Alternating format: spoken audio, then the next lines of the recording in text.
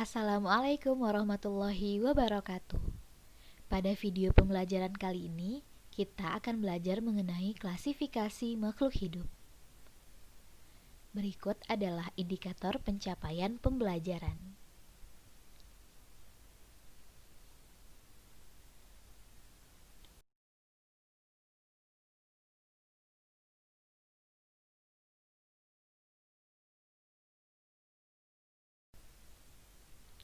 Klasifikasi berasal dari bahasa Inggris yaitu classification yang berarti pengelompokan. Klasifikasi makhluk hidup dapat diartikan sebagai pengelompokan makhluk hidup berdasarkan ciri-ciri tertentu yang dimilikinya.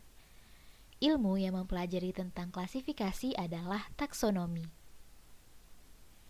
Tujuan klasifikasi makhluk hidup yang pertama untuk mengelompokkan makhluk hidup berdasarkan persamaan ciri-ciri yang dimilikinya.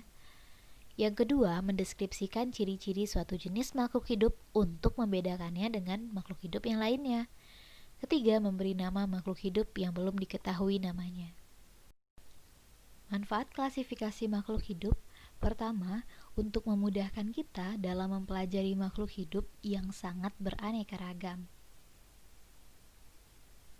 Yang kedua, untuk mengetahui hubungan kekerabatan antara satu makhluk hidup dengan makhluk hidup yang lainnya. Dasar-dasar klasifikasi makhluk hidup yang pertama berdasarkan persamaan, perbedaan, manfaat, ciri morfologi, dan berdasarkan ciri anatomi. Prinsip klasifikasi makhluk hidup. Yang pertama adalah prinsip identifikasi. Artinya, kita menentukan ciri-ciri dari suatu makhluk hidup. Yang kedua adalah klasifikasi atau pengelompokan. Yang ketiga adalah penamaan, yaitu memberi nama sesuai dengan tata nama yang universal. Sekarang Ibu contohkan bagaimana cara membuat klasifikasi berdasarkan persamaan. Ayam dan elang, kita identifikasi ciri-ciri persamaan dari keduanya, yaitu sama-sama memiliki bulu sebagai penutup tubuhnya, memiliki sayap, dan memiliki paruh. Dari ketiga ini, maka kita dapat kelompokkan ayam dan elang sebagai kelompok Aves. Selanjutnya, kita lakukan klasifikasi berdasarkan perbedaannya, yaitu jenis makanan. Ayam adalah pemakan tumbuhan, sedangkan elang adalah pemakan daging. Oleh karena itu, ayam kita kelompokkan sebagai herbivora dan elang kita kelompokkan sebagai karnivora. Kemudian, ayam dan elang kita kelompokkan berdasarkan manfaatnya. Ayam dapat kita manfaatkan sebagai bahan makanan, sedangkan elang adalah sebagai predator.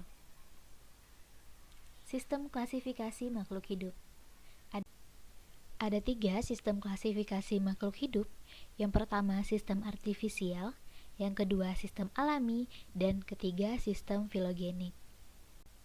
Sistem klasifikasi artifisial adalah klasifikasi yang disusun berdasarkan satu atau dua ciri pada makhluk hidup sesuai kehendak manusia.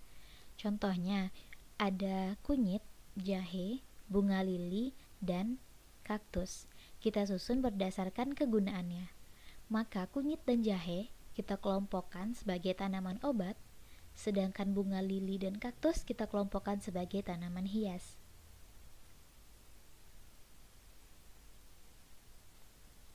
Kemudian sistem klasifikasi alamiah, yaitu berdasarkan ciri-ciri yang mudah diamati. Klasifikasi ini dicetuskan oleh Michel Adam dan Jean-Baptiste Delamart. Contohnya, kita ingin mengklasifikasikan pohon berikut sesuai dengan klasifikasi alamiah, yaitu memperhatikan ciri morfologinya. Akarnya adalah akar tunggang, kemudian batangnya kita misalkan batang berkayu, dan daunnya adalah daun menyirip. Maka dari itu kita akan kelompokkan sesuai dengan tingkatan takson yang sesuai dengan ciri-cirinya. Kemudian sistem klasifikasi filogenik, yaitu klasifikasi yang didasarkan dari jauh dekatnya kekerabatan antara takson yang satu dengan yang lainnya.